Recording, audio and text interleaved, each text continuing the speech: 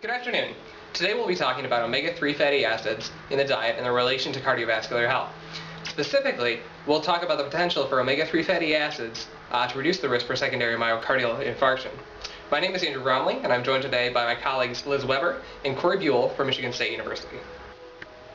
So I'm just going to cover some basic information about cardiovascular disease. Cardiovascular disease is a heart and blood vessel disease.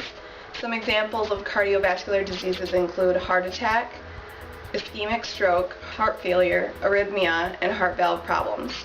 Most of these examples usually involve blockage of blood supply to the heart. What we are specifically going to be talking about today is secondary myocardial infarction, which is the blockage of blood supply to the heart, and secondary just means that the patient has previously had a myocardial infarction. According to the American Heart Association, the prevalence of cardiovascular disease affects about 81 million American adults, and more than 1 in 3 people have one or more types of cardiovascular disease. As seen here, the average annual rates of first cardiovascular events increase specifically among the older population. Cardiovascular diseases are the leading cause of death in the United States every year. It claims about 1 of every 3 deaths every year in the United States. Next, I'm going to explain some background information about omega-3 fatty acids. Omega-3 fatty acids are essential polyunsaturated fatty acids, otherwise known as PUFAs. Different types of omega-3 fatty acids include alpha-linolenic acid, eicosapentaenoic acid, docosahexaenoic acid. Some sources of these PUFAs are salmon, mackerel, herring, lake trout, sardines, tuna, and plant and nut oils. Now I'm going to touch on how these omega-3 fatty acids are converted in the body. Starting with dietary intake, the body converts ALA into EPA. Then EPA is converted into DHA. These conversions occur due to elongation and desaturation. However, because the Western diet is high in animal fats and relatively low in omega-3 fatty acid sources such as fish, there is limited conversion to EPA and DHA in the body.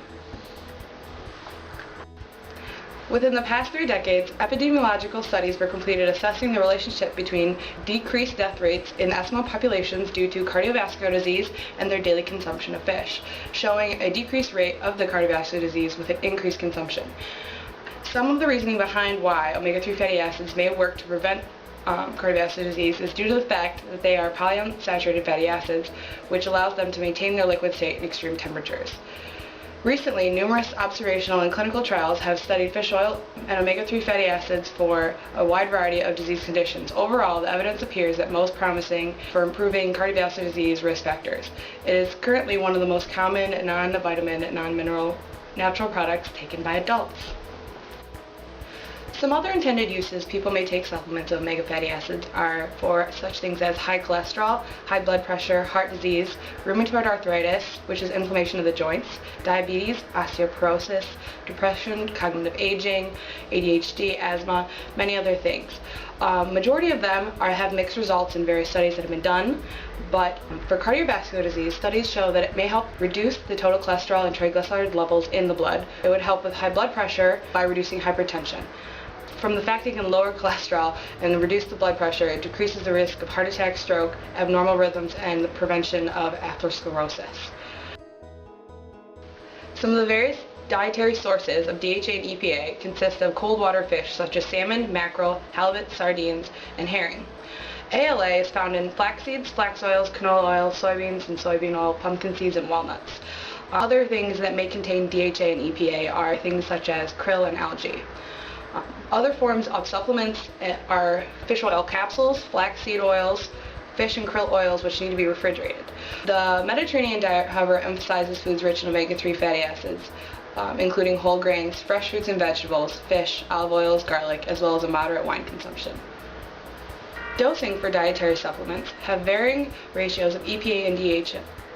0.18 grams of EPA and 0.12 grams of DHA is the most common in the omega-3 fatty acid fish oil capsules. Fish found in nature have varying amounts, which have approximately 9 calories per gram of oil.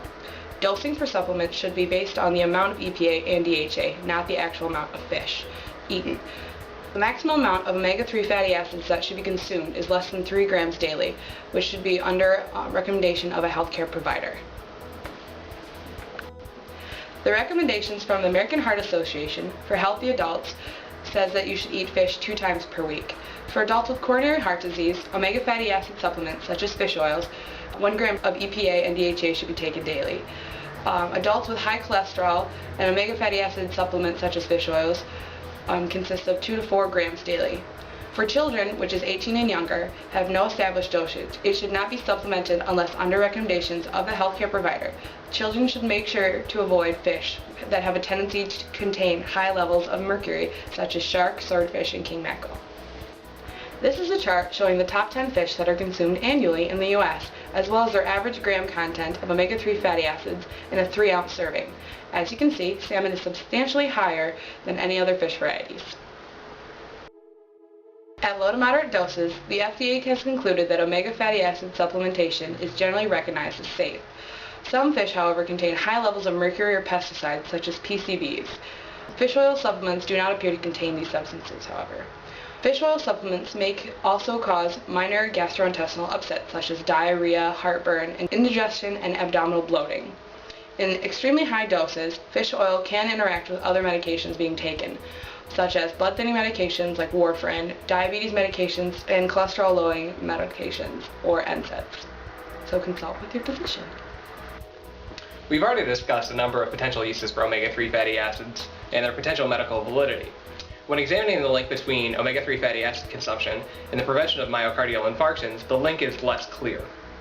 Listed here are some proposed methods by which omega-3 fatty acids could lead to a reduced risk for secondary myocardial infarctions. Some of these include lower blood pressure, reduction of atherosclerotic plaque development, and betterment of serum cholesterol and triglyceride numbers. So our first study is called The Effects of B Vitamins and Omega-3 Fatty Acids on Cardiovascular Diseases, a randomized placebo-controlled trial. The objective in this study was to investigate whether dietary supplementation with B vitamins or omega-3 fatty acids, or both, could prevent major cardiovascular events in patients with a history of ischemic heart disease or stroke. However, in this study, we are just going to focus on the effect of the omega-3 fatty acids. The design of the study was a double-blind, randomized, placebo-controlled trial. It also had a factorial design. The median duration of supplementation and follow-up was about 4.7 years. In this study, the participants included approximately 2,500 patients with a history of myocardial infarction, unstable angina, or ischemic stroke. The supplementation for the omega-3 fatty acids in the study was 600 milligrams of EPA and DHA at a ratio of 2 to 1. There was also 2 separate placebos. The 4 treatment groups in the study were B vitamins alone, omega-3 fatty acids alone, both B vitamins and omega-3 fatty acids, and placebo for both treatments. The main outcome measures of this study included a primary and secondary endpoint. The primary endpoint was the first major cardiovascular event, and the secondary endpoint were conditions such as acute coronary syndrome without myocardial infarction, resuscitation from sudden death, and coronary artery bypass surgery. The results of the effect of omega-3 fatty acids on primary and secondary endpoints were relatively similar. With the primary endpoint, allocation to omega-3 fatty acids was not associated with any significant effect on major vascular events. With the secondary endpoint, allocation to omega-3 fatty acids had no significant effect on any secondary endpoints, nor in cancer morbidity.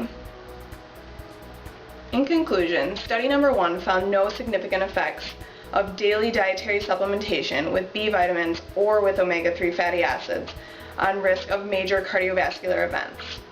We gave the study a grade A because it was a double-blind, randomized, placebo-controlled study with a factorial design. It also directly measured the effect of omega-3 fatty acids on myocardial infarction. The second study we'll look at was published in 2009 in the American Journal of Clinical Nutrition. The researchers in this study, Smith et al., wanted to determine the relationship between omega-3 fatty acid consumption and the relative rate of ventricular ectopy among acute myocardial infarction patients. There were a total of 260 participants in the study, all of whom had suffered acute myocardial infarctions. For each participant, researchers estimated the dietary intake of omega-3 fatty acids via Harvard Food Frequency questionnaires. Each patient was then monitored with an EKG over a 24-hour period in order to estimate the degree of ventricular ectopy. Overall, the study found that a higher intake of omega-3 fatty acids, including EPA, DHA, and ALA, was associated with a lower degree of ventricular ectopy. Researchers also found that this relative disease remained even after controlling for cardiovascular comorbidities. These ectopy-reducing effects have been seen when omega-3s came from either marine-based sources, which would be the case with EPA and DHA, or from plant-based sources, which would be ALA. Researchers felt that these results were consistent with previously gathered evidence related to omega-3 fatty acid consumption and decreased risk for ventricular arrhythmias. This study received a C grade due to its epidemiological nature and its measurement of a related cardiovascular abnormality instead of directly measuring the recurrence of myocardial infarctions. The third study we looked at was published by the New England Journal of Medicine in 2010. It's called N3 Fatty Acids and Cardiovascular Events After Myocardial Infarction. In this multi-centered, double-blind, placebo-controlled trial, researchers randomly assigned 4,837 patients ages 60 through 80, 78% of whom were men, who had had previous myocardial infarction and were receiving state-of-the-art antihypertensive, antithrombotic, and lipid-modifying therapy to receive for 40 months one of the 4 trials. The 4 trials consist of a daily intake of 400 milligrams of EPA-DHA, a margarine supplemented with only ALA, or a margarine supplemented with all of the 3, EPA, DHA, and ALA, as well as a placebo margarine control. The results showed that during the follow-up period, a major cardiovascular event occurred in 671 patients, which is about 13% of the trial population. Neither EPA, DHA, nor ALA reduced this primary endpoint. However, in a pre-specified subgroup of women, ALA, as compared with placebo, DHA, EPA alone, was associated with a reduction in the rate of major cardiovascular events that approached significance. In conclusion, low-dose supplementation of EPA-DHA or ALA alone did not significantly reduce the rate of major cardiovascular events among patients who had had previous myocardial infarctions and who were receiving state-of-the-art antihypertensive, antithrombotic, and lipid-modifying therapy. We gave this study an A since it was a double-blind, placebo-controlled trial where they directly measured the effects of the various forms of omega-3 fatty acids. So to review, the 3 studies we've discussed today were graded as A, C, and A respectively. These studies all took different approaches to measuring the effect of omega-3 fatty acid consumption on decreasing the risk for secondary myocardial infarctions. Based on the outcomes of these studies and their corresponding grades, combined with other research gathered by our team, we have assigned a Category 2 level of evidence to this topic. This grade has been assigned because there is strong but not entirely conclusive evidence that the consumption of omega-3 fatty acids has little to no ability to decrease a person's risk for a secondary myocardial infarction. When simplifying our research outcomes for the laity, we would simply provide this statement. The routine supplementation of omega-3 fatty acids is ineffective for the prevention of secondary myocardial infarctions. So concludes our presentation for the day. If you'd like to read more about the studies or other research that we've discussed today, please feel free to consult with these references.